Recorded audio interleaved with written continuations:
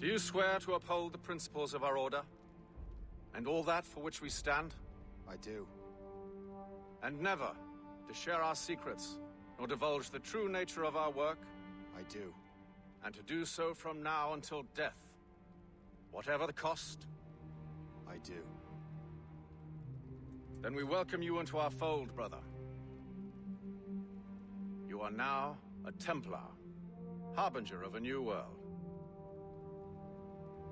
May the Father of Understanding guide us. May the Father of Understanding guide us.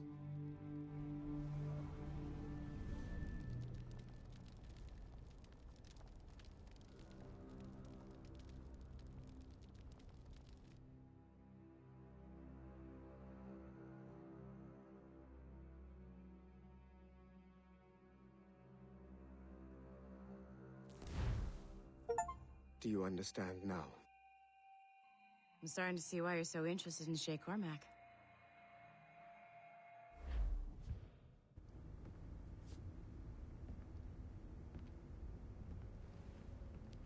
Shay has seen the true face of the world, and he has chosen his path accordingly. A similar choice will soon present itself to you.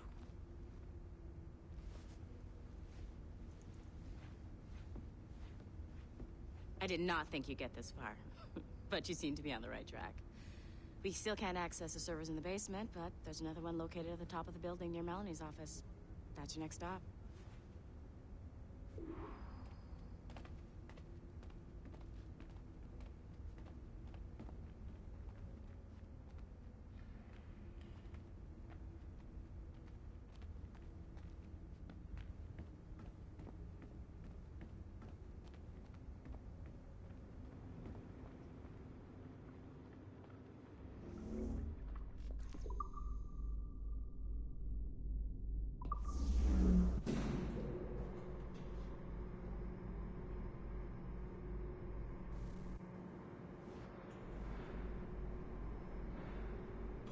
Could you stop by my office? We need to have a talk.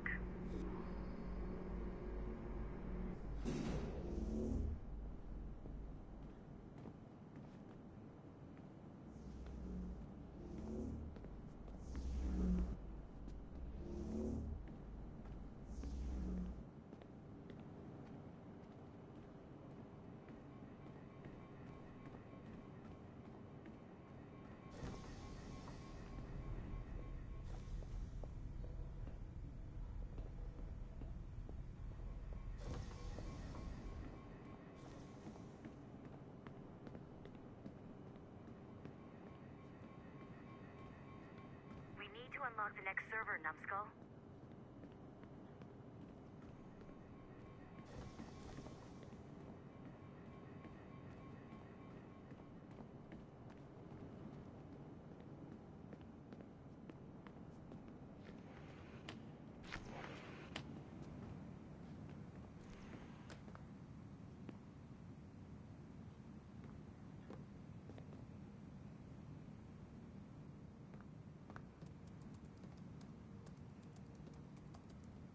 This office used to belong to a man named Olivier Garneau. He was my predecessor as Chief Creative Officer of Abstergo Entertainment. Otto Berg is a representative from our parent company, Abstergo Industries. He's showing you the true history of the world, just like they showed me. Olivier was kind, he was intelligent and passionate about our work, but a year ago, he caught a glimpse of this truth. They never found his body. This is not the way we normally bring people up to speed on these matters, but you've worked hard and are proving yourself, so I'm granting you level 2 security access. The servers on this floor should unlock more of Shay's memories.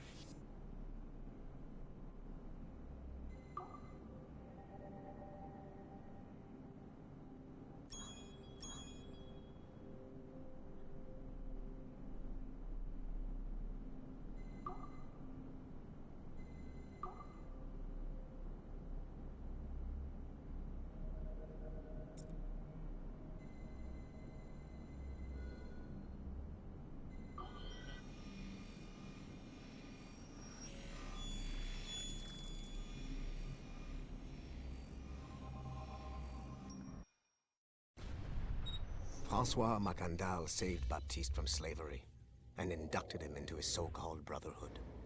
Macandal was a vicious mentor, and in his desperate attempt to liberate slaves, he broke his own creed by indiscriminately killing nobles. Misguided as they are, some assassins are honorable. Macandal was not one of them. Thanks to the calculating genius of Madeleine de Lille, the Templars made an example of Macandal by way of public execution in 1758. His pathetic excuse for a brotherhood quickly fell apart.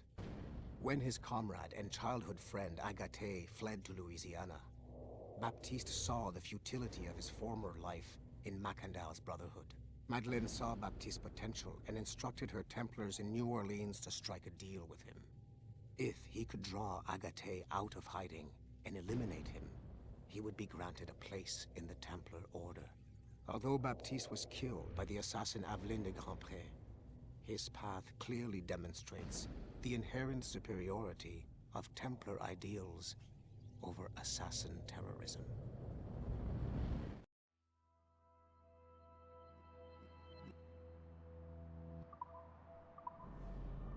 I've got your animus ready and waiting.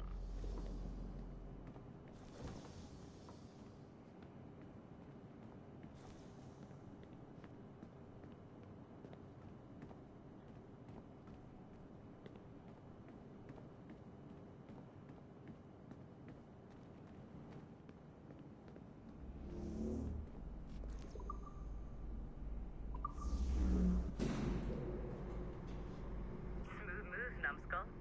I've got the next set of Shay's memories loaded up and ready to go. We are nearly there. Know that you are aiding a worthy cause, even if you do not yet know what it is. I'm just saying that Violet didn't have to yell at us for not fixing the elevator.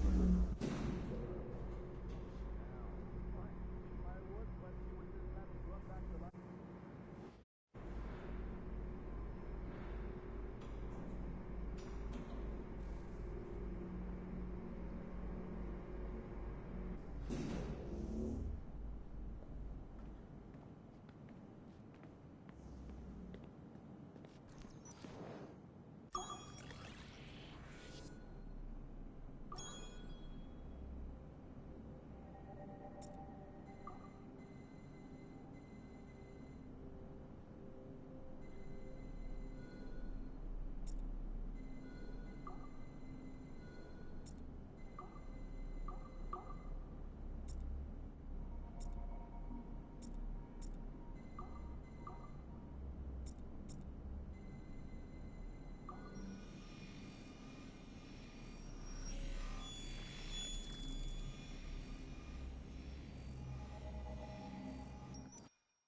The first civilization entity known as Juno re-emerged from the Grand Temple in New York in December 2012.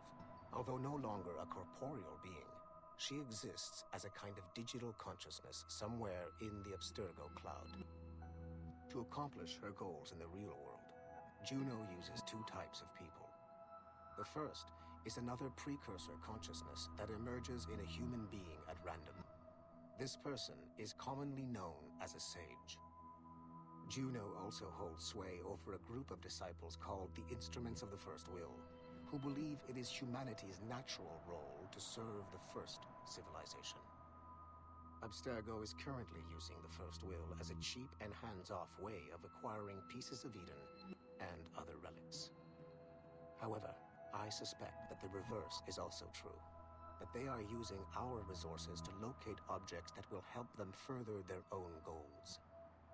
I do not trust them, but for now, all I can do is have DaCosta monitor their activities. Juno's motives are unclear. Although she has made one attempt to possess a corporeal body, she appears to be more powerful as a digital entity. Agent DaCosta fears that should humanity ever achieve singularity, a fusion of humanity and machines, Juno would become unstoppable. Ironically, it is Abstergo itself which is driving civilization in that direction.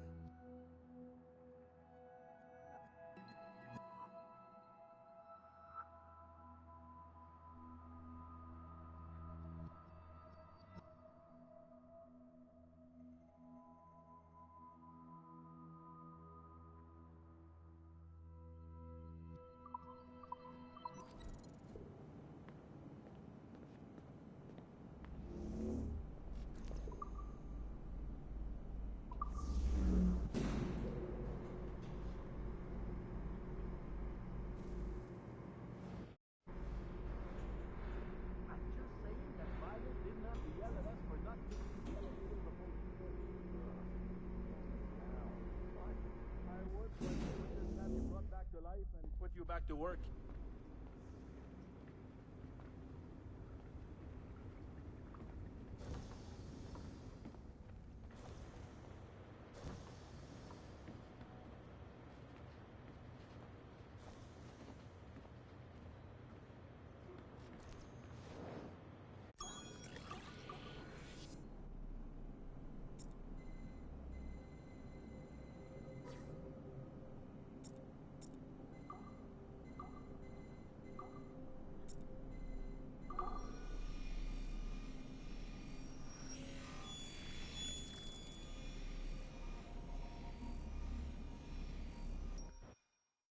It is 4:26 on December 13, 2012. Debriefing of Sigma Team's Cairo operation. Debriefing conducted by Abstergo psychiatrist Tibor Hashek, Level 7, and Director of Operations Letitia England, Level 9. State your name and rank for the record. Juhani Otzoberg, service number OP114-8506-B, Master Templar. How would you classify the result of your Cairo mission, Master Berg? I would call it a complete success. The new Sigma team performed admirably. That's going a bit far, don't you think? The target, William Miles, was apprehended, and the first civilization artifact was retrieved. Both were handed off to Warren Vidic without incident. May I ask how you would rate the mission? We're pleased with the results, but not with the methods with which you achieved them. I see. May I ask why? You went off mission. You were supposed to apprehend the target at the airport, not at the museum. When the target emerged from the plane, he was posing as a tour guide for a class of high school students on a field trip. A member of Sigma team informed us you aborted the mission then and there. I will not deny this, but tell me, who talked? I cannot reveal that. No matter, I will find out on my own. Back to business. The target was very smart, but also very sloppy. Explain. The target possessed advanced counter-surveillance techniques, but lacked the skill to implement them properly. The target was trained as an assassin since birth. I am aware. However, it has been many years since he was an active field agent. He must have been very desperate to go himself, as these days he is more of a talker, a puppet master. And what are you? A predator. A predator who defied orders because of the presence of some schoolgirls.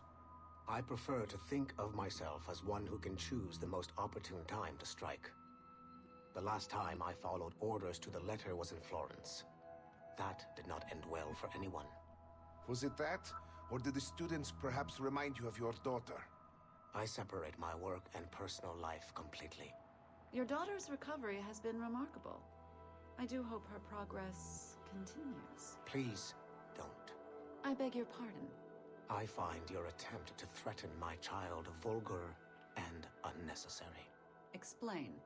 Abstergo's pharmaceuticals have given my child a chance at a life free from pain. And I have at last found what I believe to be my calling in life. And for that, we expect obedience. For that you have my loyalty.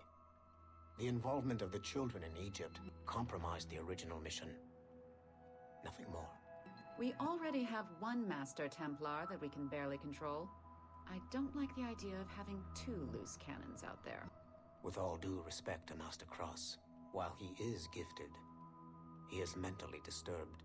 We mean no disrespect, but after losing your team in Florence, we felt a need to keep a close eye on you. I achieved all mission objectives, and achieved them without bloodshed. So my only question for you is, am I in command of Sigma Team or not? As you said, the results were impeccable. Then I believe this meeting to be at an end. I request permission to leave. Do you have something more important to do?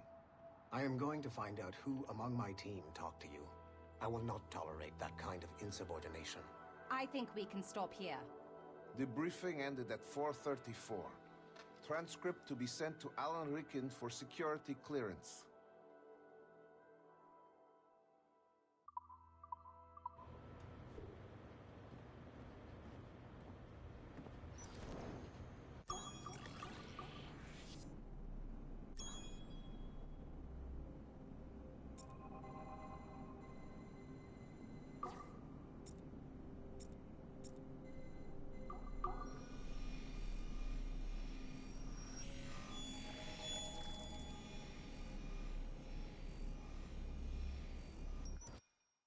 Given the nature of our current investigation, I have been looking at other assassins who, despite themselves, have helped the Templar cause. The first is Clay Kazmarek, who infiltrated Warren Viddick's Animus project in Rome. He became the project's Subject 16. Kazmarek's rich ancestry helped Viddick to identify the Renaissance assassin Ezio Auditore as a person of interest. Driven mad by overexposure to the Animus, he committed suicide. However, Kazmarek may have unexpectedly become useful again. While in the Animus, Subject 16 came into contact with the first civilization entity known as Juno. Perhaps studying his bizarre Animus experiences can help us find a way to deal with the looming threat Juno promises. With Subject 16 out of the picture, Viddick needed a replacement. Desmond Miles, a runaway assassin, was captured in September 2012 and was used as Animus Subject 17 to further the search for an Apple of Eden. He managed to escape and uncovered an imminent threat to the planet. A solar flare similar to the one that wiped out the precursor race over 75,000 years ago. Desmond Miles also reactivated a first civilization temple in New York and used it to save the world, but it cost him his life. Abstergo recovered his body. In death, Desmond Miles became Sample 17, and his valuable genetic data was uploaded to the cloud servers in order to benefit all branches of Abstergo. Whether they live or die, we must continue to find ways to make the assassins work for us.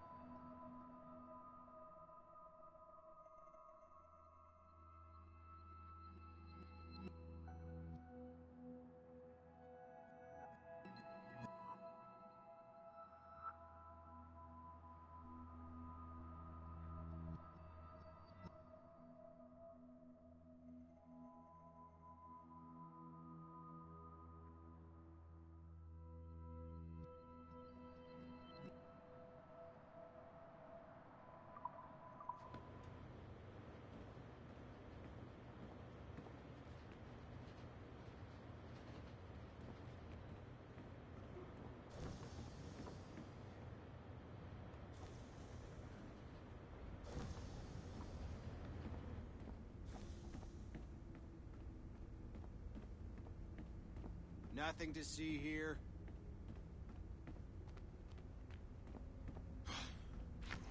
I'm bored out of my skull. But orders are orders, and my orders are to stand right here.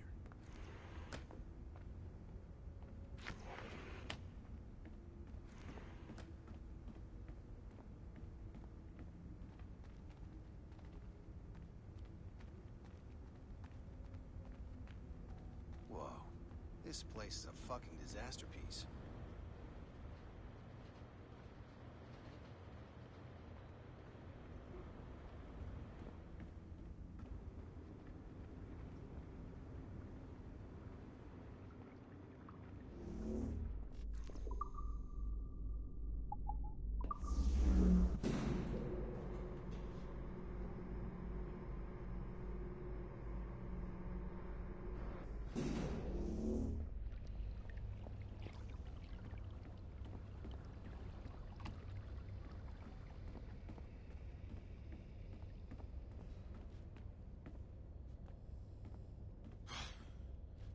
I'm bored out of my skull. But orders are orders, and my orders are to stand right here.